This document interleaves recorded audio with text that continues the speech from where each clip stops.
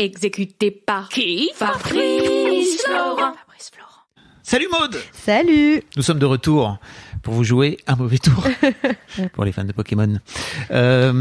Bienvenue donc dans ce troisième épisode. Dites donc. Déjà? Trop heureux de passer l'été avec vous, hein, alors que nous, on vient de passer littéralement 5 minutes entre chaque épisode. Mais en tout cas, on vous imagine sur la plage, à la montagne, ou peut-être en train de travailler avec une perspective d'être en vacances tôt ou tard. Hein. En tout cas, on vous le souhaite. On vous le souhaite. Et on a envie de parler avec vous de comment on s'en est sorti pour bâtir un succès, entre guillemets, et sur le long terme. Maud, tu es autrice à succès. Bienvenue. Merci. On vous invite à aller écouter l'épisode de Maud dans Histoire de succès parce que son histoire est super et qu'on va bientôt pouvoir faire un nouvel épisode à la sortie du deuxième roman. Et d'aller écouter l'intro de cette hors-série, de cette série hors-série, si vous voulez en savoir plus sur nos intentions. Aujourd'hui, on va parler de, une fois que le projet est lancé, qu'est-ce qui se passe, comment ça se passe votre vie, comment vous vous lancez, etc., etc. Enfin, pas comment vous lancez, mais comment vous organisez votre vie une fois que le projet est lancé et que vous avez fait ce fameux saut dans le vide dont on parlait la semaine passée. Le ventre mou, c'est maintenant. T'appelles ça le ventre mou, toi? Ouais, ou le milieu de la plaine. Tu vois, t'es tombé amoureux de ton idée, donc t'as eu des petits guillis dans le ventre, t'es à fond. T'as écrit les premières pages de ton livre, ou alors t'as écrit sur un ordinateur, t'as écrit un petit dossier avec écrit café lecture ou entreprise de Pokémon. Bref, t'as lancé ton petit dossier, t'as créé ton petit truc. Et il y a un peu le... Et après? C'est bien tout ça. Et on fait quoi après? La première question que tu avais notée, c'était comment trouver le temps et organiser son temps pour son idée. Ah là là là là là là, le temps. Je trouve que c'est une question, moi, qui me fascine parce que c'est quelque chose qui revient souvent de « j'ai pas le temps ». J'adorerais écrire un livre, notamment dans l'écriture, parce que c'est une activité qui prend un temps pharaonique, en fait. C'est très très très lent et long d'écrire. Et donc, il y a ce côté... Attends, excuse-moi, mais c'est lent et long pour tout le monde? Non, sûrement pas. Ok. Non, mais t'en parles avec des auteurs, des autrices? Je connais J'entends parfois des auteurs dire qu'ils ont écrit un livre en 2-3 mois, que c'est sorti d'eux, que c'était un peu un moment, un été. Moi, c'est pas du tout mon expérience, donc j'ai du mal à me le représenter. C'est sûrement différent pour tout le monde, mais en tout cas, dans mon cas, c'est forcément lent et forcément long. Il y a le côté, tu peux pas aller plus vite que la musique. Parce qu'il y a ce côté, tu vas écrire une première version, elle va être bof, puis tu vas faire une deuxième version, ça va être un petit peu mieux, puis une troisième version, puis tu continues à corriger, en bâtissant de plus en plus ce que tu as envie de bâtir. Mais en tout cas, dans mon expérience de l'écriture, il n'y a pas cette fulgurance de ça prend 2 mois. D'où le fait que j'avais envie de faire ce podcast avec toi sur le temps long, sur le côté comment on tient la durée. Et je trouve que cet épisode... 3, oh là là, cet épisode de 3 est vraiment en fait le cœur du sujet finalement sur comment tu tiens la distance. Il y a vraiment, t'es dans le marathon, t'es au kilomètre 20, petit moment de solitude quoi. Rappelons que t'as écrit Mon mari sur 3 ans, c'est ça? Ouais. Mais que t'avais un job salarié à côté, on en reparlera dans un épisode plus tard, que t'as quitté désormais. Ouais, c'était un autre travail à l'époque. C'était un autre travail, mais tu avais quand même un job salarié que tu as quitté désormais, parce que tu as décidé de te lancer à plein temps dans cette activité d'écriture. En tout cas, j'ai décidé de laisser quelques mois pour écrire le deuxième, plus précisément, mais oui. On en reparlera dans un futur épisode. Je sens que je vais me faire cuisiner. Un peu, oui. Mais en tout cas, à l'époque de mon premier livre... consciemment ou inconsciemment, j'ai fait le temps. Alors oui, c'est un peu bateau de dire il faut prendre le temps, on l'a pas, on le prend, gna gna gna. Mais en fait, inconsciemment, oui, c'est un peu ce que j'ai fait. Je me souviens que donc moi je travaillais dans les podcasts et dans la radio, et j'avais eu une proposition de CDI dans une boîte de podcast, en gros, pour raccourcir. Et en fait, j'ai dit non. Et j'ai fui parce que je sentais que j'aimais tellement mon travail, que c'était un travail tellement prenant, que jamais je continuerais mon roman. Et je l'avais vu parce que j'avais fait notamment un stage dans une autre boîte de podcast où je respirais podcast lundi, mardi, mercredi, jeudi, puis je rentrais, j'étais exténuée, évidemment. Enfin, évidemment, non. Enfin, en tout cas, moi, ma manière de vivre mon travail était tellement intense. On est sur une personne intense. On est sur une personne entière, intense, passionnée. Et donc, il n'y avait pas le côté, je pars à 17h et puis après, j'écris tranquillement le soir. Moi, je sais pas faire ça. Et donc, je l'ai senti et j'ai fait, ouh là là là là, ça va pas être possible, cette histoire. Et donc, j'ai accepté un travail à mi-temps. En tout cas, un horaire décalé où je travaillais souvent du jeudi au dimanche. Je travaillais aussi une partie de nuit. Et donc ça me laissait tout le temps dans ma semaine des jours lundi, mardi, mercredi où je travaillais pas, ou au contraire je travaillais, par exemple je commençais à 2h du matin, je finissais peut-être à 10h ou 11h, après je faisais une sieste et je pouvais écrire l'après-midi, mais en tout cas j'ai choisi un travail qui me permettait d'écrire, point final. Et évidemment c'est des contraintes. Et c'était un certain sacrifice parce que pour l'avoir fait pendant longtemps, avoir un réveil qui sonne à 1h du matin ou à minuit et demi, je vous jure que j'ai un immense respect pour les gens qui travaillent de nuit, parce que moi je l'ai fait pendant une période, mais pas autant que d'autres personnes à la radio ou même dans d'autres professions. Et il faut avoir la petite force de caractère, parce que ton réveil il sonne, t'es dans un état tellement déphasé. Enfin, j'ai connu une fatigue. Mais je peux même pas expliquer cette fatigue. En fait, une espèce de fatigue intense qui te creuse en un espèce de trou en toi, tellement ton organisme comprend pas pourquoi à 2h du matin, t'es en train de travailler, quoi. Et t'arrivais malgré tout à écrire pendant tes moments off ? Oui. Alors, en fait, pas toujours, parce que dans les moments où je faisais des matinales toute la semaine, impossible. Je dormais toute l'après-midi. Mais en fait, je travaillais par mission. Donc, une semaine de matinale et souvent après, 4 jours, rien. Puis un peu de matinale, puis après rien pendant une semaine, puis après du jeudi au dimanche. En tout cas, c'était un emploi qui me permettait d'avoir toujours dans mon mois, forcément, quelques jours de disponibles ou alors des matinées. Et donc, c'était un sacrifice en termes de vie sociale, on en reparlera aussi, mais avoir un projet long, c'est aussi dire non, je ne sortirai pas ce soir, non, je ne viendrai pas à ton anniversaire, non, je ne partirai pas en vacances avec vous. Enfin, il y a aussi apprendre vraiment à dire non. Et il y avait aussi me lever très, très, très tôt. Et puis il y avait aussi le fait que je gagnais très très peu ma vie à l'époque, c'est-à-dire que on va pas dévoiler les salaires à France Inter, mais je gagnais vraiment vraiment pas bien ma vie du tout, mais aussi parce que j'étais payée par mission au nombre d'heures que je faisais. C'était des petits CDD, donc t'es pas payé entre, évidemment, et donc je faisais des mois à 700 € à 800 €, parfois à 1000 €. Et après, je faisais des missions à côté pour compléter mes revenus. Mais donc, c'était aussi un... Rappelons que tu n'avais pas encore sorti du tout de roman. Ah, bien sûr que non. Voilà. Ah non. Et c'était un vrai choix. Et j'ai fait HEC. Et donc, j'avais pas mal d'amis qui travaillaient depuis 1 an, 2 ans, 3 ans, qui gagnaient déjà très bien leur vie. Bah oui. Et donc, il y avait quand même ce moment où on allait boire des cafés. Et j'étais un peu Luluberlu, qui avait fait ses choix de travailler de nuit, travailler à mi-temps, pas bien du tout gagner sa vie. Au moins, ils te payaient les cafés, quoi. Voilà, exactement. Ils payaient les cafés, je les embrasse. Mais tout ça pour dire que, évidemment, oui, il y avait une petite dose d'inconfort. Et je pense que quand on a un rêve assez fort et intense, et on en reparlera dans les derniers épisodes sur l'écriture du 2e, il faut accepter un petit inconfort, quoi, et qu'on peut pas tout avoir. Et en même temps, ce qui est fou, c'est que je l'ai pas non plus vécu comme un sacrifice du tout, sinon je l'aurais pas fait. J'étais la plus heureuse du monde. Déjà, j'adorais travailler à France Inter, j'adorais les équipes, j'adorais la mission de service public que j'avais, j'adorais cette radio, donc j'y allais pas en pleurant du tout, j'adorais.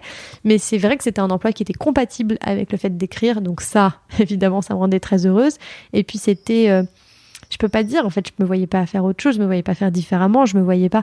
Quand j'avais vu qu'en travail salarié à plein temps, j'avais pas écrit une ligne pendant 4 mois, je me disais, c'est pas du tout possible. Ouais. Je vais dépérir, je vais déprimer, je peux pas.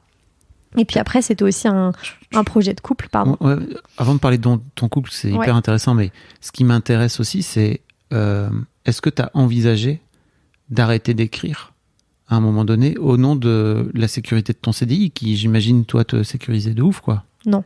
Ok, jamais? Non. Ok. En fait, pas tant que mon premier roman serait pas terminé. Moi, mon ligne de mire, c'était finir ce livre. Ok. Après, évidemment, tu ne sais pas si tu vas être publié, tu ne sais pas ce que ça va donner, enfin, j'avais aucune idée de ce qui pouvait se passer après, mais moi, je voulais le finir parce que je voulais jamais avoir le regret de me dire un jour, j'aurais bien aimé écrire, mais la vie a fait que, un CDI, maintenant j'ai des enfants, c'est compliqué. J'étais en mode, je veux pas. Et en fait, je savais aussi que j'avais rien à perdre. C'est-à-dire que c'était mes premiers emplois. Je me dis, si je veux un CDI plus tard et faire une carrière plus conventionnelle, je la ferai plus tard. J'ai pas d'enfants, il y a personne qui compte sur moi financièrement. Je peux me le permettre. C'est aussi un luxe que je m'offre. Je m'offre ce luxe-là de prendre ce temps-là et de faire ces choix-là. Donc non. Mais en fait, c'était trop important pour moi. Mais en fait, quand c'est trop important pour toi, c'est trop important pour moi. C'était trop important. Ouais, mais tu dis ça, mais il y a des tas de gens qui tirent des traits sur des choses qui sont importantes pour elles au nom de, je sais pas, de projets de vie qui te viennent, tu vois, à un moment donné. Ou d'une peur, où on a parlé de peur dans les épisodes précédents, ou de la sécurité, etc., quoi. Après, je pense que je me posais pas beaucoup de questions, j'étais insouciante. Puis j'avais aussi un peu la confiance de... j'ai pas jamais associé la carrière artistique à la précarité non plus. Okay. Je me suis pas dit, je vais écrire des livres, donc je vais être pauvre toute ma vie. J'avais aussi l'idée de... tu peux très bien réussir ta vie dans des carrières artistiques. Et je l'avais vu, donc j'avais commencé en stage à France Inter, dans une émission qui s'appelait Boomerang à l'époque avec Augustin Trapenard, et qui a, à mon sens, une carrière magnifique, et je l'admire énormément. Et il y avait un peu ce modèle de tu peux travailler dans la culture, avoir un super taf, gagner très bien ta vie. Je veux dire, culture ne veut pas dire précarité. Oui. Et donc, dans ma tête, il y avait ce côté... et je me souviens que mon copain de l'époque me disait... il disait à ses potes, donc nos potes d'HEC, oui, bon là, Maud, en ce moment, c'est un peu compliqué, mais vous inquiétez pas, c'est elle qui m'offrira notre maison au bord de la mer avec son premier best-seller. Il y avait aussi un peu, tu vois, cette confiance de c'est un investissement. Enfin, je sais pas, je me posais pas vraiment la question, mais j'étais pas non plus... C'est pour ça que tu parlais tout à l'heure de projet de couple avant que je te coupe. Bah en fait, il y avait, ça remonte à quelques années maintenant, mais dans mon souvenir, c'était aussi, j'avais le soutien de mon amoureux de l'époque qui payait une partie plus importante du loyer. Donc on vivait ensemble, on était tous les deux locataires, et moi je gagnais peu ma vie, et vraiment peu par rapport à lui qui gagnait très bien sa vie. Et donc il payait une plus grande partie du loyer. Et donc c'était aussi une manière indirecte, j'ai l'impression, de me soutenir mon Bien projet sûr. Et de le rendre possible. Et ça, je trouve ça très beau. Bah écoute, pareil, hein, même vie, hein, globalement, moi de mon côté, je l'ai déjà raconté à droite à gauche et je le redis. Mon ex-femme a vraiment participé au succès de Mademoiselle de façon très prégnante, dans le sens où je me suis pas payé pendant 7 ans. Alors c'était une volonté de ma part, hein, clairement. Je crois que au bout de 2 ans, il y avait vraiment moyen que je me paye. J'avais plus le chômage, mais en vrai, il y avait moyen que je me paye. Mais ça voulait dire aussi embaucher quelqu'un de moins, par exemple. Et ça n'a jamais été mon envie et son envie. C'était partagé, quoi. Tu vois, vraiment, on se réunissait tous les ans en se disant, OK, où est-ce qu'on en est? Est-ce que tu es toujours OK ou pas? Et globalement, ça, je crois que j'ai déjà raconté. Je sais pas si tu l'as déjà entendu, mais pareil, dans l'idée d'organiser sa vie pour faire en sorte que ton projet marche. En gros, je me suis rendu compte assez rapidement que de créer Mademoiselle, à l'époque, je l'avais créé à Lille et il était basé à Lille parce que c'était là que je vivais, d'avoir un média d'envergure nationale ailleurs qu'à Paris. En France, c'est très compliqué parce que, en gros, les Parisiens considèrent que t'es un média local, quoi. Et moi, j'avais pas du tout de vocation à faire de Mademoiselle un média local. Au contraire, c'était même dans ma tête international. On avait des lectrices québécoises qui lisaient, on avait des Suisses francophones, etc. Et d'Afrique du Nord, etc. Enfin, il y avait vraiment plein de gens. Et je m'étais dit, tant que je serai pas à Paris, en fait, ça sera compliqué. Et tu vois, tu parlais de sacrifice. L'un des trucs que je voulais pas sacrifier à l'époque, c'était ma vie de père, en fait, parce que mes filles étaient encore toutes petites. Et je me souviens très bien que l'un des trucs qui m'a vraiment déchiré le cœur une fois qu'on a décidé et que j'ai décidé, que j'ai proposé à ma femme et qu'elle a dit, let's go, faut que tu y ailles, parce qu'en fait, c'est là-bas qu'il faut que tu ailles.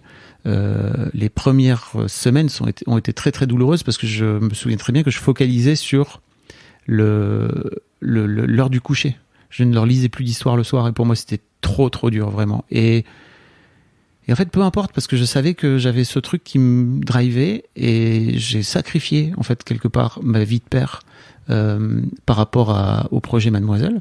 Je sais pertinemment pourquoi je l'ai fait. J'ai déjà raconté aussi, donc je suis désolé dans d'autres podcasts si vous l'avez déjà entendu, mais je trouve que c'est un truc qui marche très bien. Je me suis dit, ok, et dans 10 ans, le mois de dans 10 ans, qu'est-ce qu'il va dire? Donc vraiment, je crois, 2011, je réfléchissais vraiment là très fort à me dire, ok, maintenant sans doute le faire parce que la boîte, elle vivote à Lille. Il faut que ça explose. En fait, j'ai envie de donner les chances à cette boîte d'exploser. Et dans 10 ans, où est-ce que tu en seras ? En fait, dans 10 ans, mes filles, elles auront 10, 15 ans, elles auront 15, 16 ans. À tous les coups, elles seront adolescentes. Elles vont me chier dans les bottes.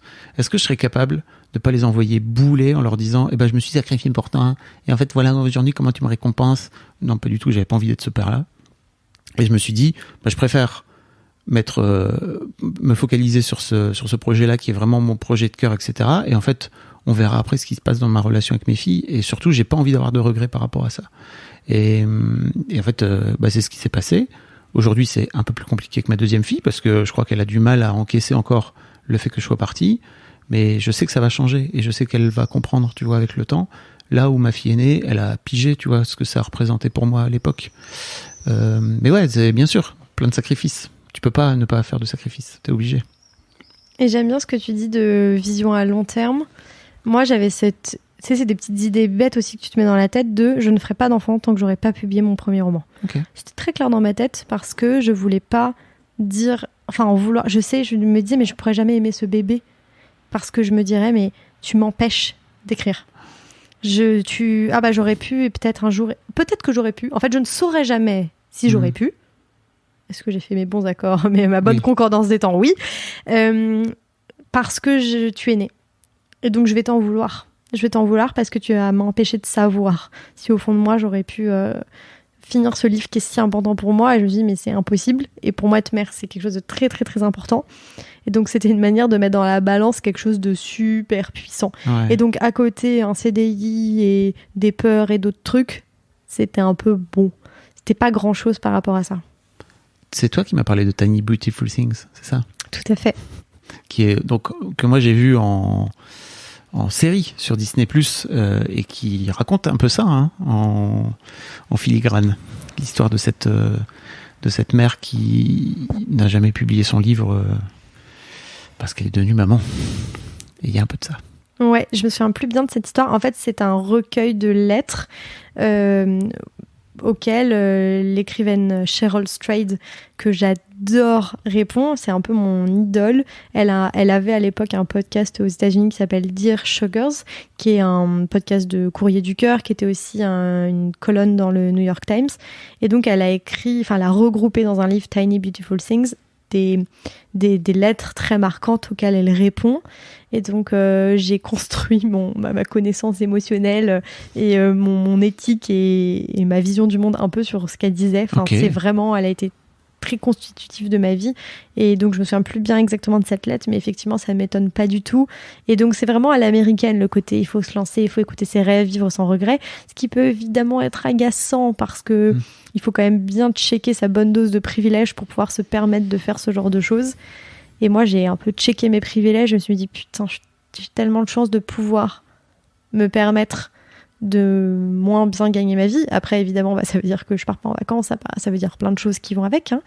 Mais c'est vraiment ce que j'ai envie de faire et je peux me le permettre. Mais vas-y. L'autre sujet dont on voulait parler, c'est comment tu as structuré ce projet dans le temps. Comment tu t'es lancé ? Pas lancé, justement. Comment tu... Non, on est au milieu du désert. Oui, c'est ça. J'ai découpé un gros gâteau en plein de petites parts. Et donc, ça fait moins peur pour tout manger. Évidemment, il y a quelque chose dans le projet long qui donne le vertige. C'est, oh là là, je vais écrire un livre de 300 pages, c'est très long, etc. Pareil, dans une boîte, j'imagine, par où je commence, il y a tellement de choses à faire. Et en fait, je me fixais des tout petits objectifs. À la fin du mois, j'aimerais bien finir une version. Donc moi, il y a 7 chapitres dans mon livre parce qu'il est écrit sur une semaine. Enfin, chaque chapitre est un jour de la semaine, donc c'est facile. Donc je me disais... à la fin de cette semaine, j'aimerais bien avoir fini le lundi ou j'aimerais bien finir le mardi. Donc je me fixais des petits objectifs et en découpant, on avance. Et c'était vraiment beaucoup d'itérations. C'est-à-dire, on fait, puis on recommence, puis on recommence, et puis on recommence. T'as fait combien de versions ? Mais je peux même pas te dire, mais je pense une centaine au moins. Ah ouais. Ouais. Après, parfois, il y avait des petites choses qui bougeaient d'une version à l'autre et parfois des plus grosses choses, mais c'était beaucoup de refaire et de refaire et de refaire. Et après, il y a quelque chose aussi, j'y repensais sur tout ce qu'on s'est dit sur la notion de sacrifice, de dégager du temps, d'aménager sa vie pour ça. J'aime pas trop le mot sacrifice parce qu'il y a quelque chose d'un petit peu triste. alors que j'imagine que ça doit être quelque chose de très joyeux. Et je veux pas qu'on pense... Enfin, en fait, j'espère que j'ai pas été maladroite dans mes mots, dans le sens où je veux que ça soit bien clair que je l'ai fait avec le sourire et que j'étais très heureuse de le faire. Et que c'est pour ça que je l'ai fait, d'ailleurs. Je l'ai pas fait en disant « Ah, bah voilà, il faut bien sacrifier ça pour écrire un livre. » Je le faisais parce que ça me rendait heureuse et que c'était la seule chose que j'avais envie de faire et que ça me rendait très heureuse. Et donc, il y a ce côté... Là, on est un peu au milieu du désert et c'est un projet long. Je pense que ce qui est très important, c'est que ça nous rende heureux. Sinon, c'est peut-être pas le bon projet. Si mon rêve, c'est d'ouvrir un café et qu'en fait, 6 mois plus tard, là, c'est dur, ça traverse du désert, j'ai pas envie, ça me tombe des bras, ça me rend triste, c'est difficile. Peut-être que c'est pas ça. Et l'écriture, alors oui, il y a eu des moments durs, évidemment, on en reparlera peut-être, mais globalement, c'était quand même, j'adore ça. Refaire une 50e version du chapitre 3, mais c'est génial, parce que je me dis, ah là là, mais alors là, elle fait ça, mais peut-être que si je changeais ça, et en fait, ce chapitre, en fait, c'est trop bien, mais alors attends, je vais modifier ça. Enfin, globalement, j'adore. Et donc, c'est vrai que la vision de l'écriture comme quelque chose d'un processus très douloureux, moi, je ne m'y reconnais pas du tout. Enfin, moi, j'adore écrire. Je trouve que écrire un livre, ça a été la chose la plus difficile que j'ai faite, mais aussi la plus réjouissante. C'est comme un casse-tête. C'est-à-dire que c'est là, genre, oh là là, mais il se passe rien, mais ça marche pas, alors attends, je vais peut-être faire ça, ce truc, ça arrive à tel chapitre, je vais essayer de le remonter pour peut-être... Ça. Et tu veux dire que tu peux mettre à côté un truc difficile et laborieux et qui demande du travail et en même temps de la joie. Ah ben c'est même égal. Okay. C'est-à-dire que je prends du plaisir à ce casse-tête mental. J'adore. Parce que c'est tellement compliqué et difficile et tellement réjouissant quand on y arrive, et il y a des moments où tu dis exactement ce que tu as envie de dire. Enfin, moi, c'est mes plus grandes joies. C'est mon plus grand bonheur d'écrire. Vraiment, vraiment, vraiment, vraiment. Et donc, dans ce temps long, on s'y met et on structure, et normalement, chaque étape est assez cool. Sinon... non, mais j'aurais fait autre chose. Enfin, j'aurais pas... en fait, la joie fait tenir. L'enthousiasme et l'intérêt intellectuel que j'y trouvais. Ah, je suis d'accord. Moi, de mon côté, je trouve qu'il y a un truc très intéressant que j'ai mis un peu de temps à comprendre, parce que c'est d'autant plus difficile quand tu as été pendant longtemps salarié, c'est que tu es maître à bord. Et surtout dans un projet, ça c'est pas vraiment le sujet, mais où Mademoiselle était autofinancée. J'avais pas d'investisseur. J'étais avec mon associé, Denis, le seul maître à bord. Et en plus, j'étais majoritaire, donc vraiment, c'était moi qui décidais à la fin, quoi. Et en fait, Denis, justement, qui avait donc 15 ans de plus que moi, et m'a beaucoup challengé sur c'est quoi, où tu trouves ton plaisir. Et je crois que pendant plusieurs années, en fait, j'étais vraiment dans le sacrifice, et c'était un sacerdoce, et c'était un chemin de croix à plein d'aspects, parce que c'était compliqué pour moi de manager cette boîte et de la faire grandir, alors qu'en fait à la base, je finissais par devenir de plus en plus manager et chef d'entreprise, alors qu'en fait moi à la base j'avais créé ce projet pour écrire des articles et faire des vidéos parce que je trouvais ça marrant, quoi, tu vois. Et je sais, tu vois, que l'un des trucs que j'ai pas exploré, par exemple, avant de la revendre, c'était de mettre quelqu'un, un DG ou une DG à ma place, pour faire justement tous les trucs que j'avais plus envie de faire. Mais ça fait partie des choses que j'ai structurées de plus en plus pendant notamment les 5-6 dernières années, où je réfléchissais à c'est quoi les trucs que tu as plus envie de faire et comment tu vas faire pour les déléguer, pour les donner à quelqu'un, parce qu'en fait tu l'as déjà fait et tu n'as plus envie de les faire. Et ça fait partie des choses où, comme tu disais, c'est hyper important de prendre un peu de recul, de se dire ok, il est où mon plaisir, et de te remettre au centre du projet, alors que c'est un peu contre-intuitif, parce que autant toi il y a un vrai côté où tu es la source entre guillemets de ton écriture et de ton roman, etc. En tout cas, on n'a pas encore passé à l'étape d'après sur quand il est chez l'éditeur, quoi. Mais je crois que moi j'ai eu du mal à comprendre, comme je leur en parlais dans le deuxième épisode, à quel point c'est hyper important d'alimenter la source du projet, et qu'en fait la source c'était moi. Et d'ailleurs ma psy m'avait donné un exemple que j'avais trouvé assez génial. Elle m'avait dit, mais femme, en fait ton problème c'est que ton puits il est vide, et que pour plein de raisons. Il y a des tas de gens qui sont venus chercher de l'eau dedans, etc. Il y a d'autres gens qui ont voulu couper les canalisations, etc. Donc ton puits il est à sec, là maintenant il faut que tu le remplisses. Et je me souviens très bien que j'avais lancé Histoire de Daron à l'époque, vraiment pour retrouver du plaisir, qui avait strictement rien à voir avec le projet, mais juste de retrouver du plaisir dans mon quotidien. C'était hyper important pour moi, et je crois que pendant très longtemps, si aujourd'hui, tu vois, typiquement dans la boîte que j'ai recréée, c'est vraiment un truc auquel je fais très attention, c'est-à-dire mon envie, mon kiff, et globalement mon enthousiasme, avant de penser à, ok, il faut les responsabilités, tu vois. J'avais 30 salariés à payer, il fallait faire rentrer du chiffre d'affaires. C'était beaucoup de douleur, si tu veux, notamment à une période. Et ça, je crois que c'est un truc que j'ai peut-être mis un peu de côté. Et je crois que si c'était à refaire, tu vois, si j'avais lancé Mademoiselle, si je devais relancer une grosse boîte, on va dire, avec 30 personnes, c'est vraiment un truc où je me mettrais au centre, en fait, de façon un peu... vous pourriez voir ça de façon égoïste. En tout cas, je crois que moi, je le voyais de façon égoïste avant. C'était vraiment, ok, un patron qui se met au centre, c'est vraiment un patron qui pense qu'à lui.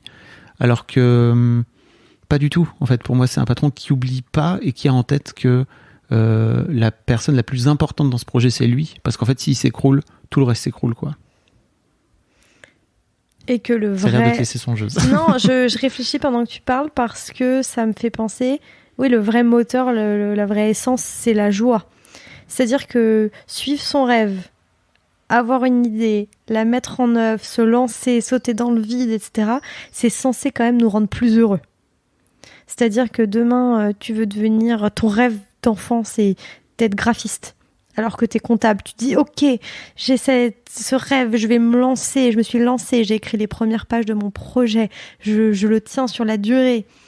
L'indice, la boussole, c'est que normalement, au bout de 6 mois, tu te dis quand même tous les matins que tu es quand même plus content de te lever qu'avant.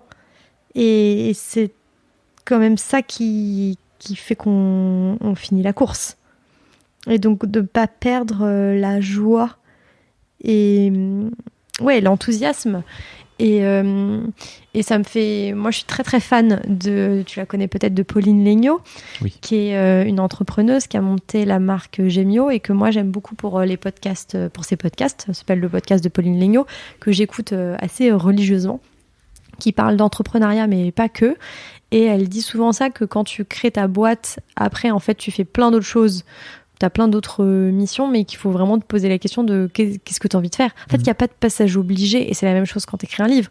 C'est-à-dire que tu peux te dire, non, mais en fait, moi, je veux rester 3 salariés, pas plus. Ou, ok, moi, j'ai envie qu'on soit 100, et de m'effacer. Ou alors, non, moi, j'ai envie qu'on reste toujours pas plus de 10, et non, je vais refuser une surcroissance, parce qu'en fait, je veux qu'on... Mais il n'y a pas... Le succès, elle dit, c'est pas ta boîte n'a pas plus réussi si vous êtes 200 que 100. C'est plus, quelle est toi ta vision du succès? Elle dit, qu'est-ce que toi tu veux? Quelle est ta vision, en fait? Tu veux une petite boîte, une grosse boîte? Tu veux vendre? Tu veux pas vendre? Qu'est-ce que tu veux?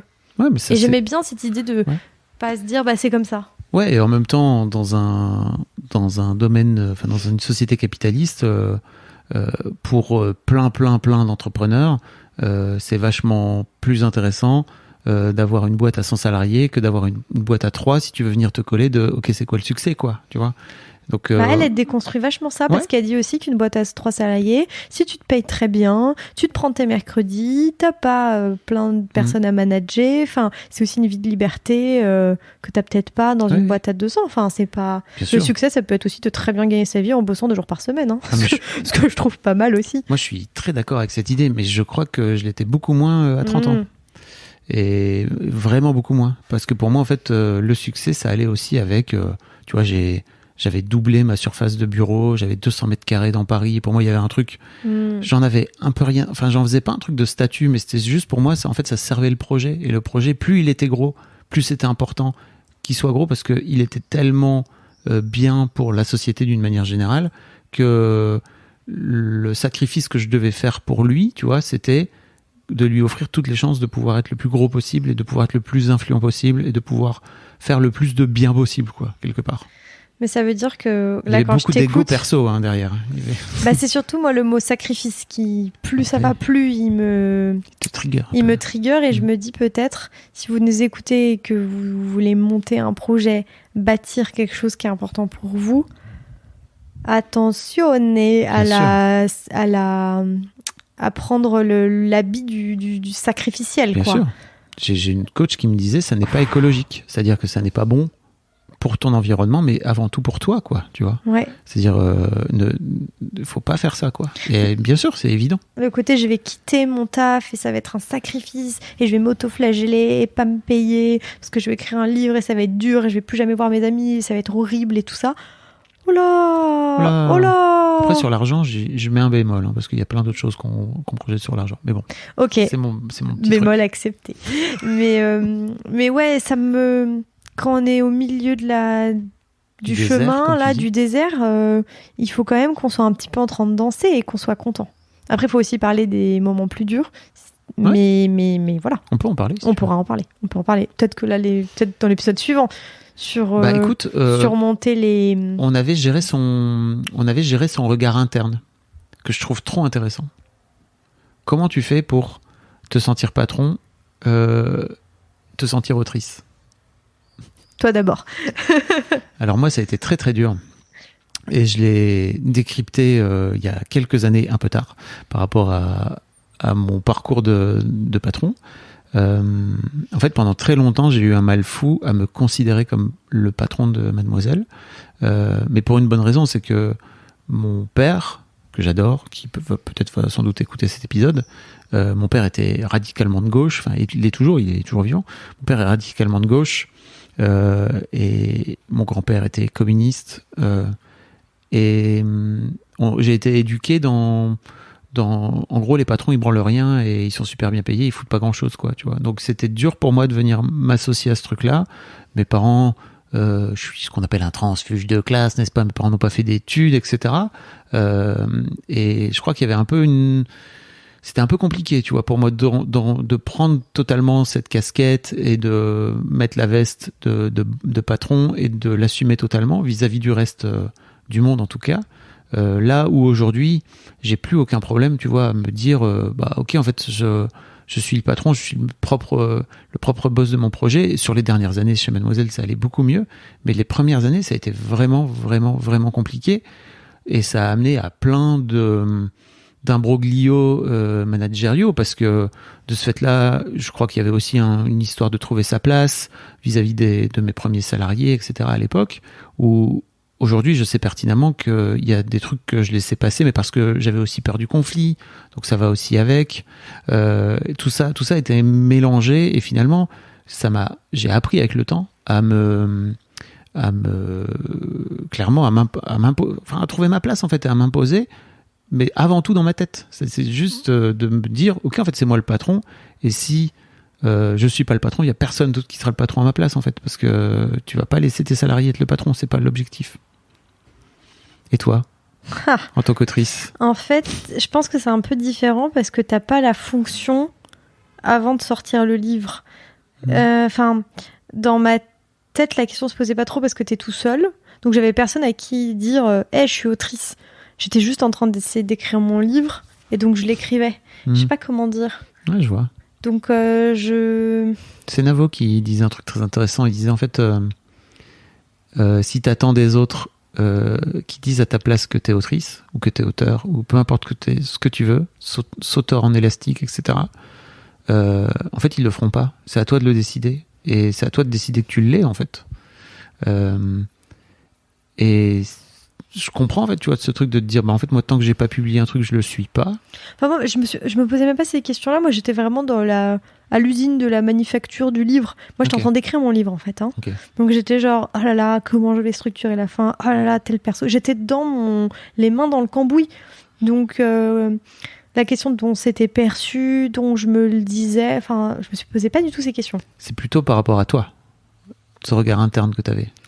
Mais en fait, le regard interne d'auteur, et j'aime bien que ce soit ce mot-là, tu vois, dans le côté l'auteur du crime, l'auteur du livre, l'autrice, t'es forcément parce qu'il n'y a personne d'autre. Toi, peut-être aussi, t'avais un associé, c'était directement collectif comme projet. Donc la question s'est posée de prendre ta place de patrons. Alors que moi, j'étais vraiment toute seule. Hein. Tu vois, personne n'allait prendre ma place ou personne... si je m'y mettais pas et que j'ouvrais pas mon ordinateur, il se passait rien. J'avais pas besoin de me dire, c'est comme ça, hein, on va faire ça au chapitre 3. Parce que personne... Tu vois ce que je veux dire ? Ça s'est posé plus quand j'ai intégré une maison d'édition. Et que mon projet personnel est devenu un projet d'équipe. Ouais. Et donc, on en reparlera dans l'épisode suivant. Où là, évidemment, ça change totalement. Mais pendant toutes les années d'écriture, j'étais mon propre chef. Et en fait, autant te dire que j'adorais ça. Parce que précisément, en fait, c'était génial d'avoir le contrôle. Parce que je l'avais pas forcément dans mon travail. Et justement, ça mettait les choses bien à sa place. Et j'étais jamais frustrée au travail parce que j'avais un lieu qui était mon lieu à moi. Je fais comme je veux. Et je suis seule maîtresse à bord. Mmh. Et donc ça, c'est mon livre. Et en revanche, quand je bossais par exemple sur des émissions à France Inter, je bossais pour des producteurs qui me disaient quoi faire. Et c'était eux les maîtres à bord. Et ils voulaient comme ça. Alors oui, si on m'avait demandé est-ce que j'aurais fait exactement comme ça, non. Enfin, c'est pas mon émission, quoi. Et c'était pas mon rôle. Et moi, mon rôle, c'était de faire telle chose, de le faire au mieux, je le faisais, et ça se passait très bien, et j'étais appréciée de mes équipes. Mais c'était pas... tu vois, j'ai jamais mis mon âme dans mon taf. Parce que c'était en mode, mais France Inter va très bien sans moi. Je les salue, mais je veux dire, France Inter ne s'est pas écroulée quand je suis partie, et évidemment que non. Et c'était pas mon émission, c'était pas mon projet. C'était un projet que je servais en tant que salariée, et donc j'y mettais mon cerveau, mes petits bras et mon temps, et j'étais très contente de le faire. Et donc je pense qu'avoir ce lieu qui était à moi m'a permis aussi d'avoir toujours un tout petit peu de distance avec mon travail. Tu sais, c'est côté un peu cette phrase que je disais souvent, c'est genre c'est pas ma boîte, quoi. Ouais. Et c'est très bien. Et donc je me mets au service d'une vision, mais qui est pas la mienne. C'est pas moi le chef ici. En revanche, et c'est pour ça que j'adorais le roman, là c'est moi le chef. Et donc là je fais exactement ce que je veux. Si je veux tuer mon personnage page 2, je tue mon personnage page 2. Et à la fin, je me trompe pas sur les crédits.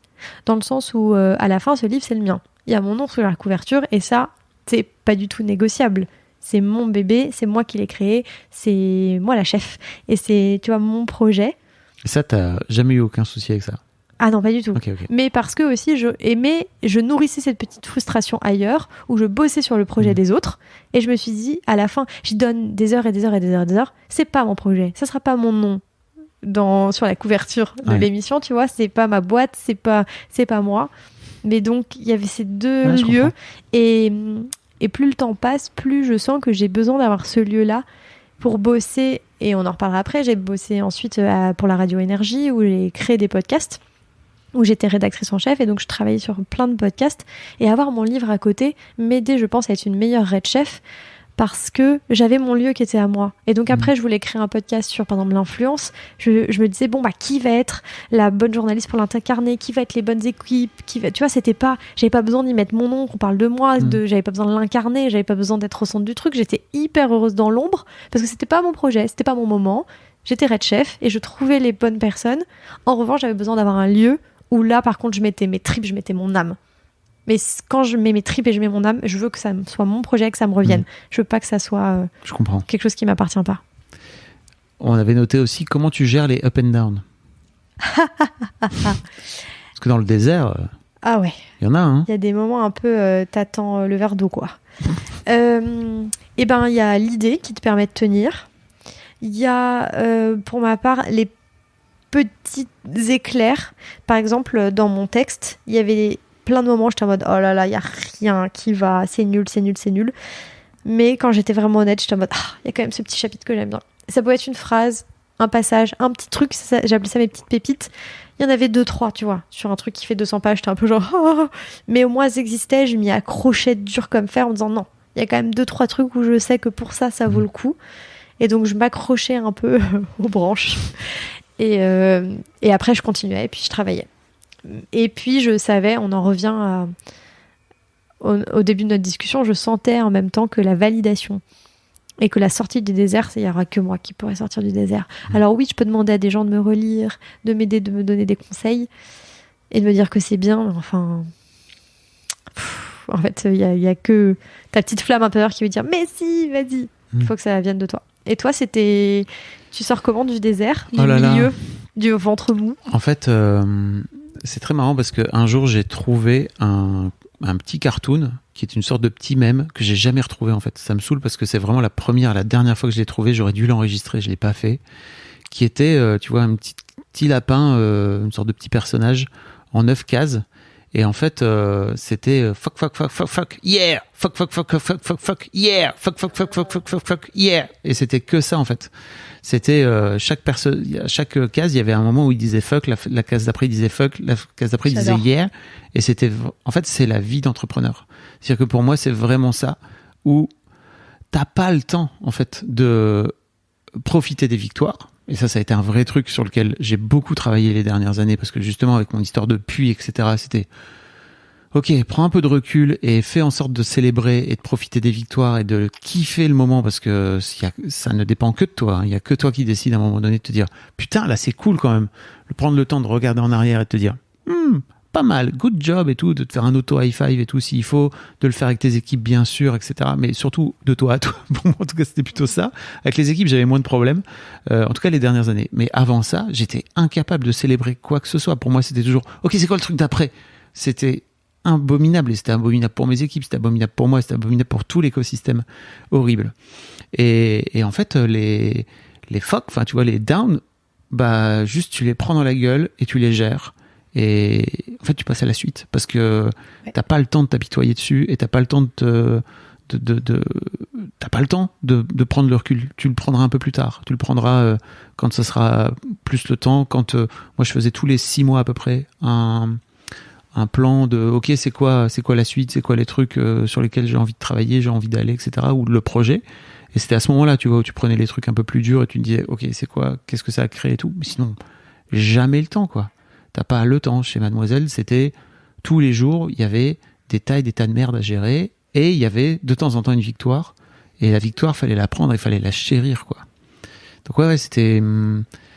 Et je sais que c'est la vie de plein d'entrepreneurs. Et je crois qu'en plus, quand t'as été élevé dans un truc où no pain, no gain, quoi, tu vois, c'est-à-dire que vraiment le travail, il faut que ce soit de la torture. Je vous rappelle que travail, ça vient de tripalium du latin, qui est un instrument de torture tout simplement. Il faut vraiment faire attention à ça, quoi. C'est un truc dans lequel je suis tombé. Alors, je me suis plongé les deux pieds en avant. C'était génial, pas du tout. Donc ouais, vraiment beaucoup de recul et je me rends compte avec le recul qu'aujourd'hui je suis plus du tout là-dedans et que j'ai même créé cette structure et cette boîte avant tout pour ma pomme et de me dire ok, il est où mon kiff et il est où mon bonheur et il est où mon truc. Et en fait j'ai beaucoup plus de up que de down et c'est exactement l'objectif recherché, quoi, tu vois. Mais j'aime bien l'image, je crois que c'est toi qui as parlé de vagues, quand tu crées, c'est un peu la même chose, tu as des vagues de up et des vagues de down. Et maintenant, j'essaie d'avoir un peu plus de recul, un peu comme quand tu es en train de te baigner, tu dis oh, je vais me prendre une grande vague, tu vas sous l'eau, tu te prends la grande vague, ça n'a rien de nager à contre-courant, tu te prends la vague, t'attends qu'elle soit passée, puis tu remets la tête hors de l'eau, et un peu accepter que tu vas te prendre la vague, et genre, ok, elle va passer. Et j'ai tellement ri quand j'ai regardé le documentaire, tu sais, sur Orelsan, fait par son frère Corentin. Clément Cotentin, non. Clément Cotentin, pardon, Clément. Et je crois que c'est dans le deuxième épisode, le deuxième saison, pardon. Deuxième volet. Voilà, deuxième volet qui est sorti, où on voit Orelsan qui est là, genre, ouais, non, mais vraiment stylé là, franchement, je le sens bien. Là, vraiment, j'ai des bons sons. Là, vraiment, tu vois vraiment qu'il est en up. Il dit, franchement, stylé et tout. Et vraiment, il a ce up parce qu'il voit ses idées, que ça marche, que, tu vois, il a touché à ses idées, tu vois, ses petites pépites. Et tu vois, le lendemain, il est là genre, oh là là, mais en fait, c'est nul. Et là, tu le vois vraiment, mais ça, la tête défaite de genre, ah, mais en fait, pas du tout. Mais alors, pas du tout. Et j'ai regardé ce documentaire avec mon copain qui a eu un fou rire. Il était là, ah, c'est ta tête. Quand t'es là, ah ouais, non, là, vraiment, je le sens bien. Il fait, oh là là, et le lendemain, ah, mais alors, pas du tout. Alors là, c'est nul. Et donc, j'essaie de voir que c'est normal qu'il va y avoir des phases où je vais trouver ça bien, des phases où je vais trouver ça nul et que je vais avoir envie de tout supprimer. Et en général, ce que je fais, c'est que j'écris. Et quand je commence à être un peu trop en mode, mais c'est nul, mais je suis en mode, oh, on va fermer l'ordinateur. Oui. Et je ferme l'ordinateur. Je dis, alors là, on ferme la porte à ça et je fais autre chose. Et je sais qu'il y a des petites vagues de down. Et là, j'en ai eu il y a quelques temps, ces derniers temps, pour mon deuxième. Et je fais, ok, il y a la petite vague de en fait c'est nul, l'idée est nulle, ça marchera pas, je dis ok, on se prend la petite vague et puis on attend un petit up pour y repartir quoi. Je vous invite vraiment à aller regarder ce docu qui est incroyable sur Prime Video. Ouais, ça s'appelle Ne montre jamais ça à personne. Voilà, et qui est, je trouve, très complémentaire les deux volets, parce que la première saison, elle revient sur l'histoire d'Orelsan depuis qu'il a 15 ans, quoi, donc 20 ans, même plus 25, de carrière. Et c'est vrai qu'il y a un petit côté très... autoprophétie, dans le sens où comme c'est très condensé, on voit pas les moments de galère et t'as que les moments de up, etc., où il y a assez peu de moments où ils sont en train de ramer, quoi, finalement. Au début, un peu... Il y a quand même la phase de battle qui est énorme. Ouais, tu vois, mais c'est tout petit. C'est-à-dire qu'on voit pas dans le fond ce qui s'est vraiment passé pour lui. On voit effectivement après l'histoire du procès, etc., que effectivement c'est dur pour lui aussi, mais on le voit pas dans le quotidien. On comprend juste qu'effectivement ça a été dur pour lui. Et ce que je trouve dans le deuxième volet, c'est qu'on voit dans le quotidien justement ce qui se passe vraiment. Parce que le temps est plus court. Le temps est plus court, c'est ramassé. Le premier montre toute l'ascension d'Orelsan filmée par son frère, alors que le deuxième montre l'écriture de son dernier album, donc qui se passe sur plusieurs mois ou une année, de l'idée de l'album jusqu'à sa sortie. Pardon, c'est trop bien. Mais... Non, mais t'as raison. Mais du coup, effectivement, c'est en plus resserré, donc on le voit vraiment écrire ses chansons, dire elles sont géniales, elles sont nulles, elles sont géniales, elles sont nulles. Effectivement, ça ne viendrait pas, ça n'est pas ok de mettre ça dans le premier volet, parce que c'est trop anecdotique en fait. C'est d'ailleurs pour ça que j'avais adoré t'avoir dans l'histoire de succès.